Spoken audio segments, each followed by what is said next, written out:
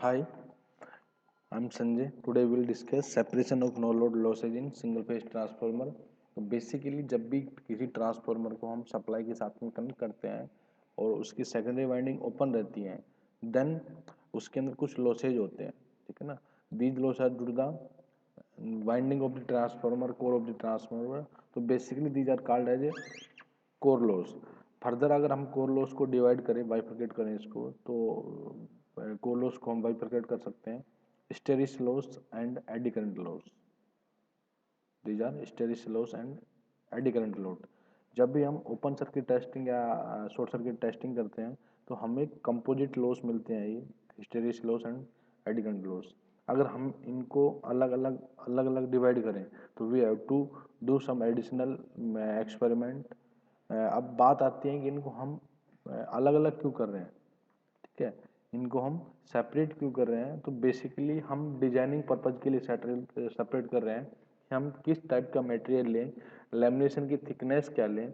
तो इस तरह की कुछ मेजरमेंट्स हैं वो हम कर रहे हैं ताकि हम बेटर एफिशिएंसी प्रोवाइड कर सकें ट्रांसफार्मर के अंदर, ठीक है ना। तो as we know that storage से लॉस है वो जब भी हम किसी कोर के अंदर अल्टरनेटिंग करंट सप्लाई करते हैं तो उसके अंदर अल्टरनेटिंग एमएमएफ इंड्यूस होता है ईच साइकिल के लिए। देन एक स्टोरेसिस लूप ट्रेस आउट होता है, इसके हिस्टेरिस लूप क्रिएट होता है। तो इस हिस्टेरिस लूप के अंदर क्या होती है, पावर डेफिशिएट होती है, ठीक है ना। तो in the form of heat, तो इसको हम हिस्टेरिसिस लॉस बोलते हैं। अगर इनका इक्वेशन दे मैथमेटिकली तो P H equal to hysteresis loss will be the K eta B max maximum flux density F into V watt. तो eta is a proportionally constant which depend on the volume and quality of material core use in the transformer. जो हम core use कर रहे हैं उसकी quality and material पे depend करती है, ठीक है ना। Where F is the supply frequency and B maximum क्या है यहाँ पर flux density, maximum flux density है।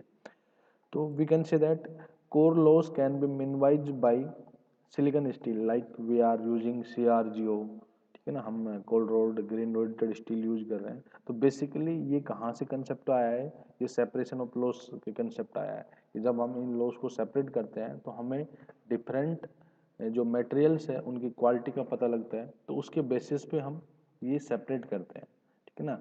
देन एडी करंट लॉस, देखो जब भी हम किसी भी क्लोज सर्किट के अंदर ईएमएफ इंड्यूस होगा, ठीक है ना। जब हम फ्लक्स लिंक हो रहा है किसी क्लोज सर्किट के अंदर तो ईएमएफ इंड्यूस होगा। और हमें ये भी पता है कोई भी मटेरियल हम यूज करते हैं तो उस मटेरियल वो मटेरियल रेजिस्टेंस ऑफर करता है, ठीक है ना। तो जैसे रेजिस्टेंस ऑफर करेगा क्लोज सर्किट क्रिएट हो जाएगा, ठीक है ना। तो वहाँ पर करंट फ्लो होने लग जाएगा उस सर्किट के अंदर इंटरनली, जो एक्सटर्नली हमें कोई भी जो V2 के सेकेंडरी वोल्टेज है उसमें कोई हेल्प नहीं कर रहा है, ठीक है ना। जस्ट वो उस एक सर्किल या वी कैन से एक लूप के अंदर सर्कुलेट कर रहा है, उसकी वजह से एडिशनल हीट हो रही है, या we can say that iron loss हो रहा है, ठीक है ना। तो ये बेसिकली एडी करंट लॉस आते हैं कि जब भी हम किसी क्लोज सर्किट के अंदर फ्लक्स लिंक करते हैं तो ईएमएफ इंड्यूस होता है और सर्किट के अंदर करंट फ्लो करता है, तो उसकी वजह से क्या होता है, हीट जनरेट होती है, हीट डेफिशिएट होती है सर्किट के अंदर। तो अब क्या करेंगे हम, जो एडी करंट लॉस है ये इसकी इक्वेशन होती है K E B M square T square F square V. तो basically K is the coefficient of eddy current loss and B M where maximum flux density and K T is the thickness of lamination. तो basically हम eddy current loss को thickness जो lamination की thickness होती है उस पर vary करके हम एडी करंट लॉस को वेरी करा सकते हैं। तो बेसिकली यहाँ से हमें थिकनेस पता लग रही है या फ्रिक्वेंसी पता लग रही है, ठीक है ना। Frequency of reversal of magnetic field in hertz, ये एफ स्क्वायर है इंटू वी। वी यहाँ पर वोल्टेज नहीं है, वॉल्यूम ऑफ मैग्नेटिक मटेरियल है, ठीक है ना। ये ध्यान रखना है यहाँ पर जो भी हम मैग्नेटिक मटेरियल का वॉल्यूम ले रहे हैं यहाँ पर वी है, ठीक है ना। अब प्रोसीजर क्या है कि बेसिकली जब भी हम कोई हार्डवेयर करते हैं तो एक हार्डवेयर का प्रोसीजर होता है, बट आज हम जैसे हार्डवेयर नहीं करेंगे, आज हमें सॉफ्टवेयर बेसिस करेंगे बाय यूजिंग मेटलैब, ठीक है ना। तो हार्डवेयर पे तो क्या करते हैं, हम एक सिंगल फेज ट्रांसफार्मर लेते हैं, देन उसको हम एक वेरिएबल फ्रिक्वेंसी सप्लाई के साथ में कनेक्ट करते हैं। तो वेरिएबल फ्रिक्वेंसी प्रोड्यूस करने के लिए हम क्या करते हैं, एक अल्टरनेटर लेते हैं, देन हम जो उसकी रोटेशन है वो चेंज करते हैं, यानी जो उसका फील्ड एक्साइटेशन है वो हम कांस्टेंट रखते हैं, तो हमें आउटपुट वोल्टेज सेम मिलता है।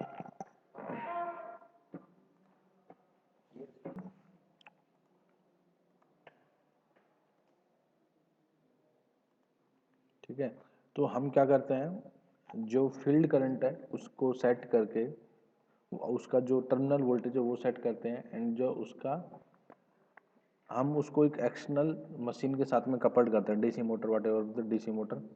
ठीक है ना।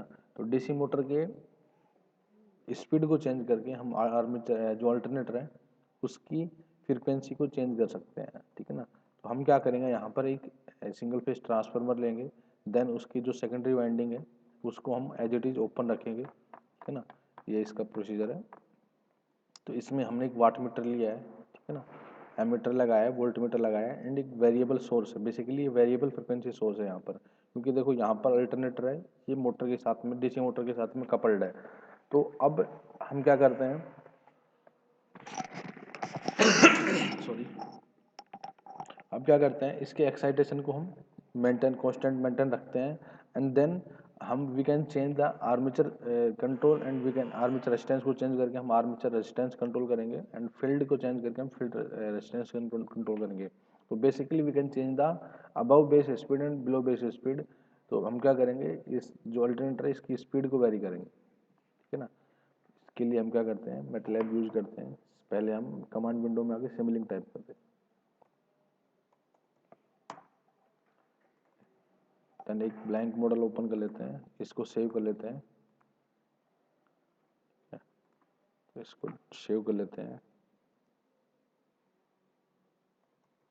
सेपरेशन ऑफ लॉस, ठीक है, क्योंकि हम मैटलैब का जब भी कोई मॉडल का नाम देते हैं, फाइल का नाम देते हैं, तो उसके अंदर स्पेस नहीं दे सकते, तो यहाँ पर बीच में हम अंडरस्कोर लगा देते हैं। ठीक है ना। तो अब क्या करते हैं, हम एक सबसे पहले हम सिम स्केप पे जाएंगे, then power system, specialise technology, fundamental block, यहाँ से हम एक ट्रांसफार्मर लेंगे, लीनियर ट्रांसफार्मर।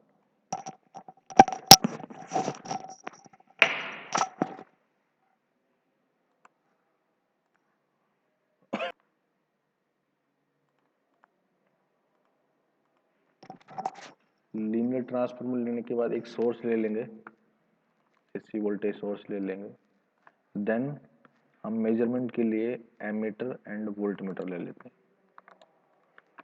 और पावर के लिए हम मेजरमेंट कर लेते हैं।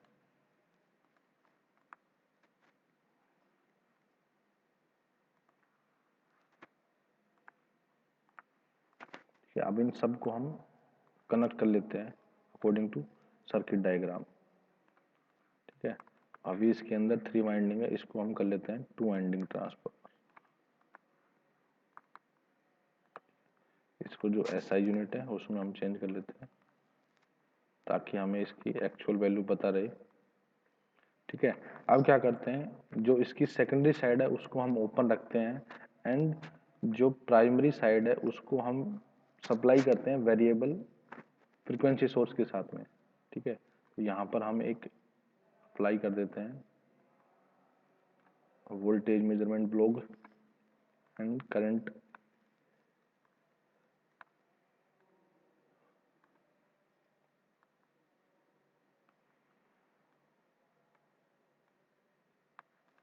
ठीक है, देन हम यहाँ से पावर मेजरमेंट कर लेते हैं, यहाँ से जो V एंड I के जो सिग्नल है वो इसको फीड कर देते हैं।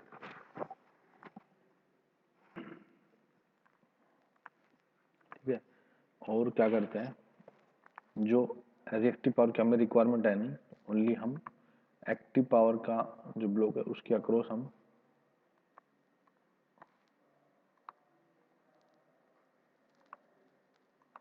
स्कोप लगा लेते हैं। क्या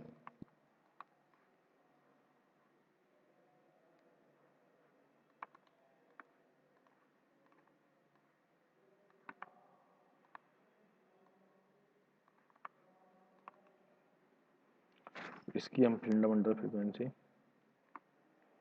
50 रखते हैं, क्योंकि हमारी जो इंडिया की फंडामेंटल फ्रीक्वेंसी 50 है।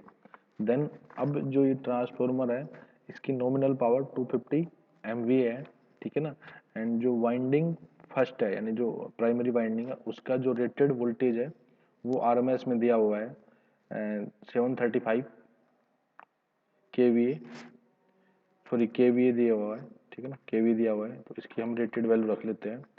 पीक एम्पलीट्यूड तो हमें पता है, RMS वैल्यू पता है, तो इसको हम मल्टीप्लाई कर देंगे 1.411 से, एज वी नो दैट, क्योंकि यहाँ से हम कैलकुलेट करते हैं √2 की वैल्यू।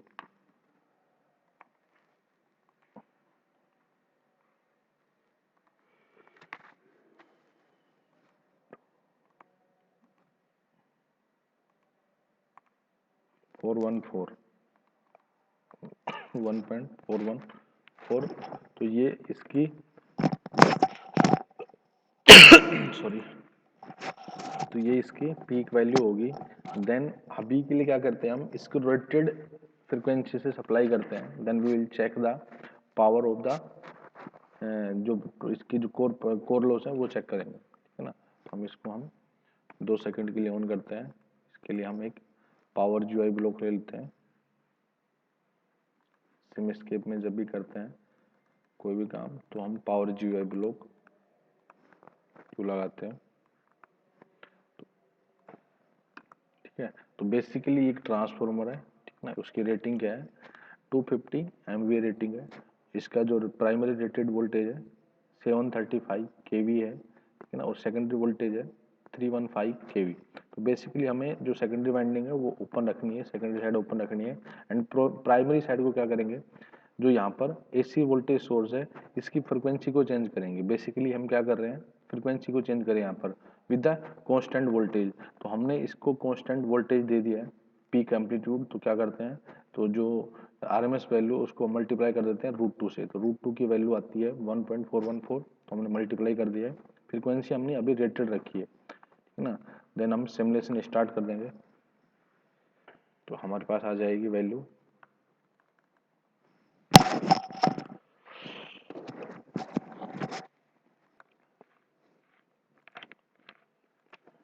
ठीक है, तो ये हमारे पास वैल्यू आ गई है। हम वैल्यू क्या आई है, क्योंकि ये वाट में है, ये पावर क्या है इसमें, वाट में है। तो हम क्या कर लेते हैं, अभी के लिए इसके व्यू को चेंज कर लेते हैं ताकि आपको ठीक दिखे। तो जो इसकी एक्सिस है उसको ओनली ब्लैक करते हैं, बाकी जो बैकग्राउंड है उसको हम वाइट कर लेते हैं, ठीक ना। और जो इसका स्केल का साइज है वो इंक्रीज कर लेते हैं। Instead of right yellow you can take pink. तो अभी जो हमारे पास जो इनपुट पावर आया है, जो कोर लॉस आए हैं, we can say that core loss आ रहे हैं यहाँ से।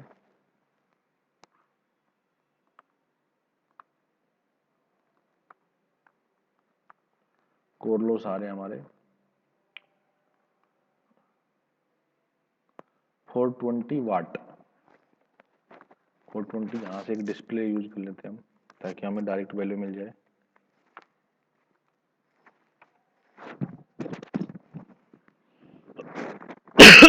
सॉरी,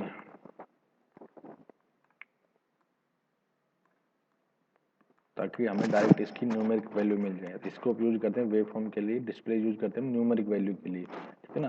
तो हमारी जो न्यूमेरिक वैल्यू आ रही है वाट की, पावर की, यानी जो कोर लॉस आ रहे हैं वो क्या आ रहे हैं, अक्रॉस टू। तो ये हम वर्ड फाइल क्रिएट कर लेते हैं एक, ठीक है ना।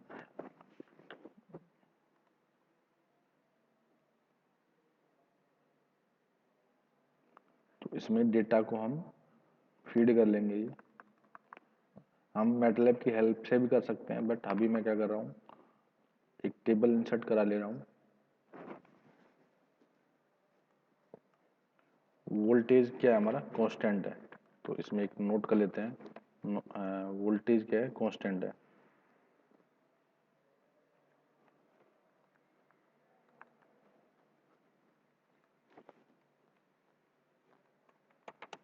वोल्टेज की वैल्यू क्या है,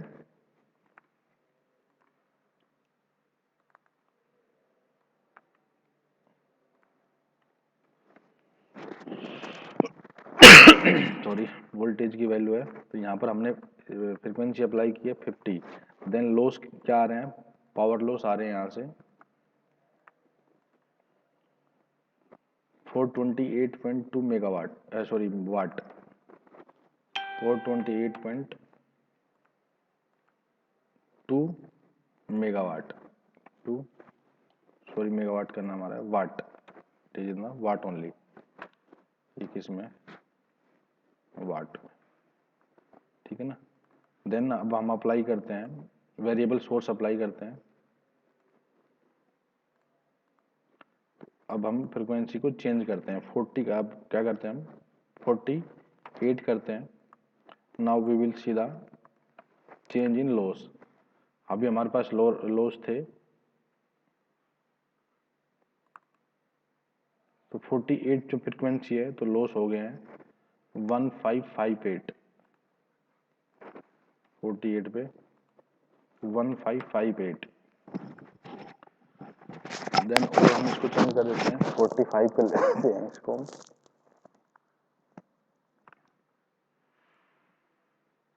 नाउ लॉस इज द, जब हमने 45 किया है तो लॉस आ रहे हैं 1558,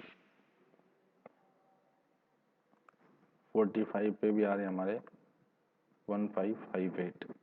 देन 40 करते हैं हम 40,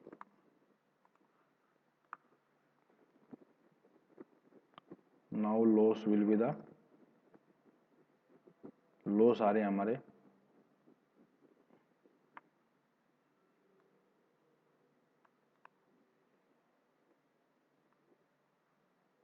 2469 जब हमने फ्रिक्वेंसी कर दी है।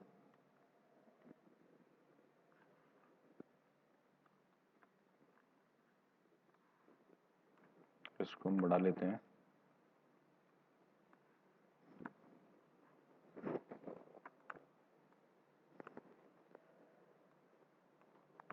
ठीक है। तो हमने फ्रिक्वेंसी की है 40, देन लॉस क्या हमारे 2469, 2469 ना। देन वेरी करते हैं हम, इसके रेटेड से अबव जाते हैं, तो रेटेड से अबव करने के लिए हम 52 अप्लाई करते हैं। When we applying 52 then loss is the 1371, 52 जब हमने अप्लाई किया है फ्रिक्वेंसी 1376, ठीक है ना। देन हम और अप्लाई करते हैं, जो इसकी रेटेड है उसको हम 55 कर देते हैं, ठीक है। Now loss will be the, इसको हम सिमुलेट करते हैं, लॉस आ रहे हैं 5502, 5502, सारे के सारे वाट में है ये, पावर लॉस में वाट। नाउ हम करते हैं 60,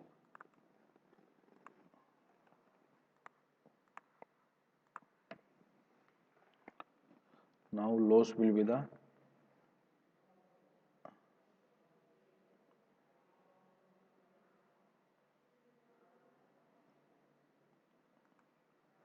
loss will be the 60 पे 1.349 into 10 to power 4, 10 to power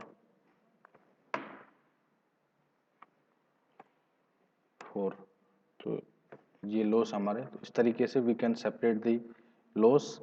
तो हम एक टेबल में ये सारे लॉस ले लिए हैं, then we can separate the loss, because दोनों जो एक्सप्रेशन है एडिकेटेड लॉस एंड हिस्टेरिसिस लॉस दोनों फ्रिक्वेंसी पे डिपेंड कर रहे हैं, बट एक स्क्वायर प्रोपोर्शनल है, एक डायरेक्टली प्रोपोर्शनल है, दूसरा स्क्वायर प्रोपोर्शनल है। तो यहाँ से हम इसका यूज करते हुए वी बाई एफ या डब्ल्यू बाई एफ कॉन्स्टेंट निकाल लेंगे, देन हम एक ग्राफ ले लेंगे यहाँ से, ठीक है ना। ओके।